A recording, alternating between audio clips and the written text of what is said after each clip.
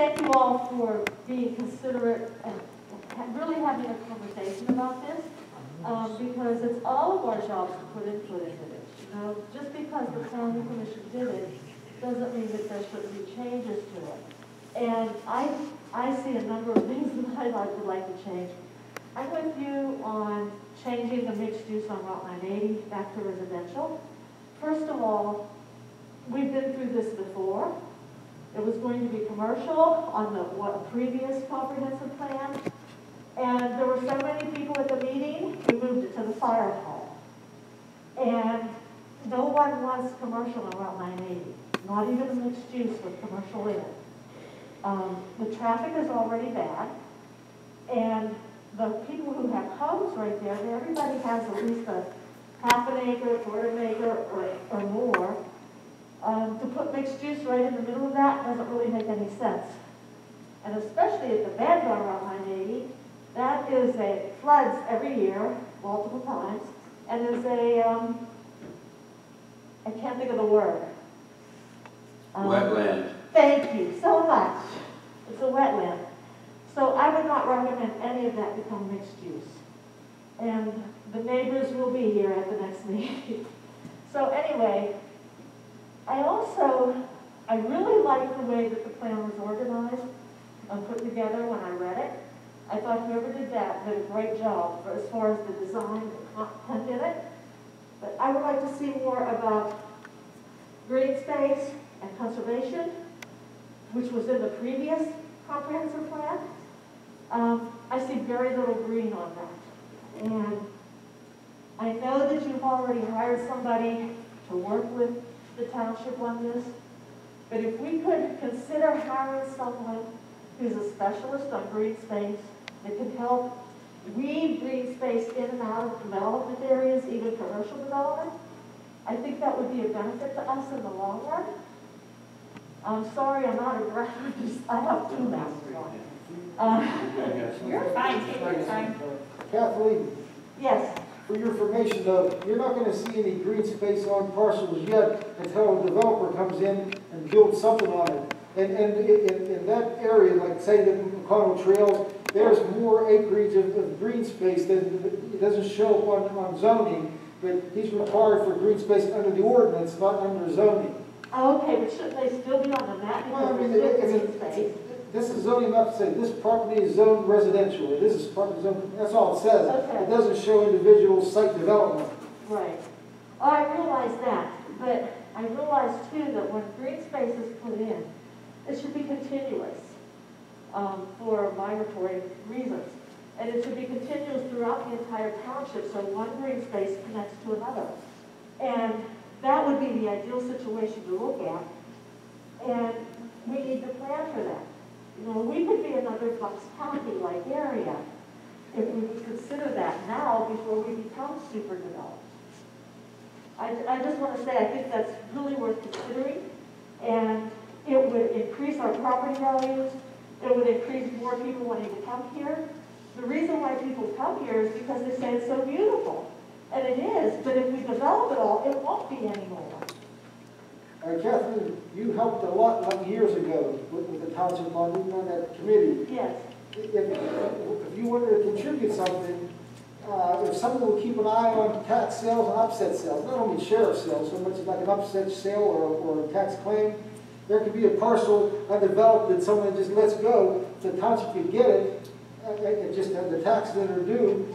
That's something we can leave green. We're not about to take somebody's property and say you have to be just a green space forever. I mean, No, I'm talking true. I'm talking too when it's developed. We could require the developer to put so much green space. We do. It's not enough. And we could require that it be connected to the next plot that's being developed. Does that make sense? Yeah, but what it normally is if a developer's going to have green space, he usually puts it where the worst property is. Bingo. Well, And the wooded areas that are we would heavily require sloped, different. which is good though. It's a good thing to have the green space, yes. But for example, just putting it all around the edges isn't that much help. The road was around there, as you saw where the Pristine Fields, there's that big section that goes right through the middle of it. And there was a watershed through there, and it was left probably 100 feet wide for the whole course of that watershed from the stop sign up by O'Hara and out here all the way down to I 980. agree, that was done nicely, and they saved all the old oak trees on the top of the hill, plus the watershed area, which they really couldn't develop there anyway. Right. It worked out really well. But it's nice to keep it, just because it's steep, it doesn't mean a wooded steep slope isn't valuable. I agree. Okay, well, I mean, the developers, we make them put so many percentage of the land in green space, so if they pick the worst, it's wooded, they don't touch it and disturb it, you agree, that works. Right, but what I'm thinking is the whole picture. The whole picture, we need to look at where the green space would be appropriate for the entire township. And in that regard, when it's being developed, so that it's connected, and houses are built between green spaces, and there's green space between the commercial areas, and it really works beautifully. You should look up Rick Clark, D-A-R-K-E. He's on the eastern side of the state and does a lot of this work. We should have hired him. Sorry. But anyway, those are my 2 cents, and I really have to say that the mixed use on Route 980 is not a good idea. And I can tell you that none of the neighbors will want it. Thank you so much for listening to me. Thank you. This is Who did this? Thank you, Jack. I'm right here. I'd like to address the board for minutes. Don, I can't. Don. So that's Don. what, 140? Don, Yeah. I can't. I'm sorry. I'd like to address the board on this eminent domain thing. Take your mask off. He wants to address the board on eminent domain. How do you figure that the township has the right to go and pull eminent domain on private property? I mean, what possesses us to do that? I'm not really sure how to answer the question. We do have the right to do that. I know, I heard, your explanation there earlier, but I'm saying, what possessions to resort to that? We've been looking for property more than 2 years. We've been trying to build a new public works building since I got on this board. And any time, because of the limitations and the requirements that we need in order to build that public works building, we have had a very, very difficult time finding property that fits the needs that we need in order to build that building. So we did approach, I don't know how many different property owners at this point, and have gotten multiple different appraisals, but we can't, I'm sure you know what our current public works building looks like and what the guys that work there are currently dealing with, and we have machinery literally sitting outside because there's no space for it in a garage. We didn't have a choice. We have tried for years, 2 years specifically, but even longer than that, to find a parcel of property that we could purchase from somebody that would allow us to get our equipment inside, get a facility that's good for the Okay, I understand all that, Cindy.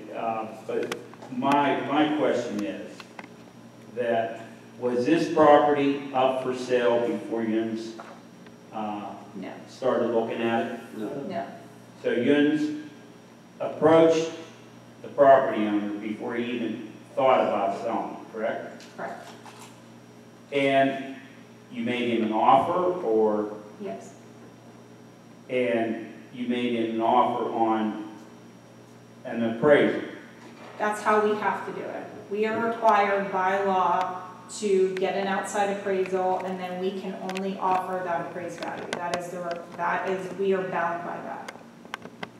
We can't go in and offer him, I don't know. You can't negotiate. Yeah, exactly. What's Yeah. that? We can't You negotiate. negotiate with this because there could be fraud involved if it's a friend of somebody.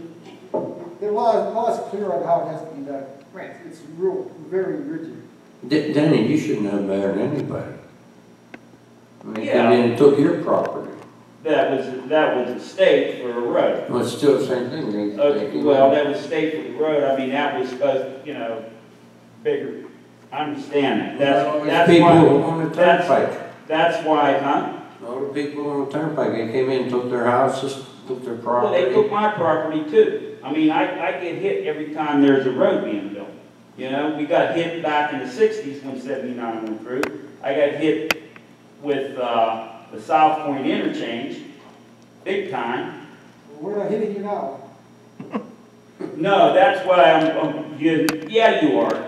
You're hitting me, Tom. We're bringing services closer to you. Essential services closer to you.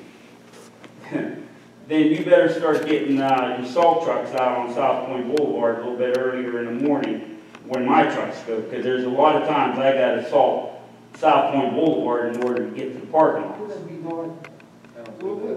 We get praised all the time that our guys on our roads are blocked before anybody else's. Yep. You saying that's something different?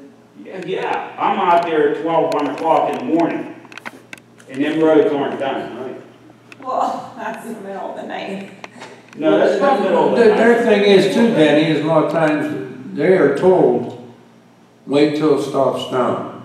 If they know that they look the weather and it's gonna stop. Well, you got people in there, you had people in there, the Post-Gazette was in there for years in 701 technology.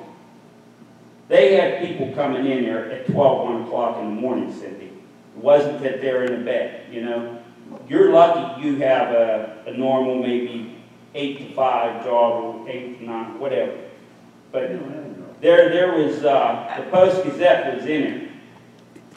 And there was many a times that I had a hell of a time getting into down South Point Boulevard, especially that hill going down in front of the Did you talk to golf Bill? course.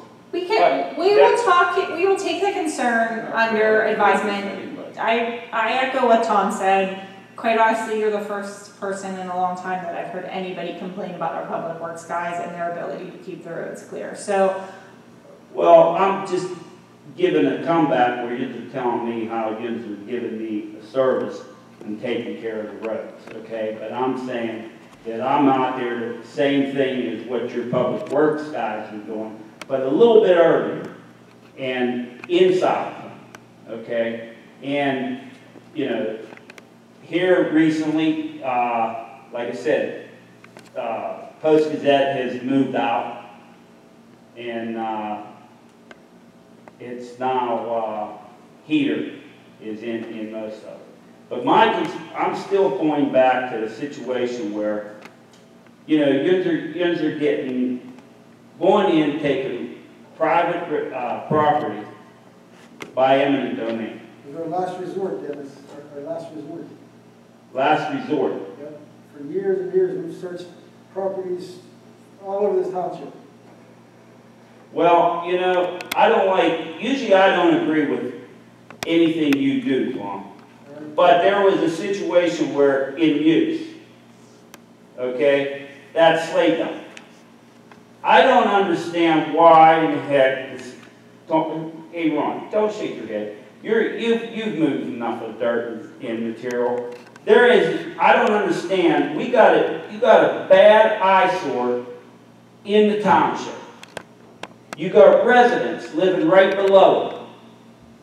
You've got old muse, you got dust, you got a school there. You got a contaminated property, and the biggest thing of it is, that is really continuously being contaminated is the slate dump. It's dust. You said the main word. What? Contaminated. Contaminated, correct. What's it gonna cost to clean it up? What, the slate dump? Yeah. You,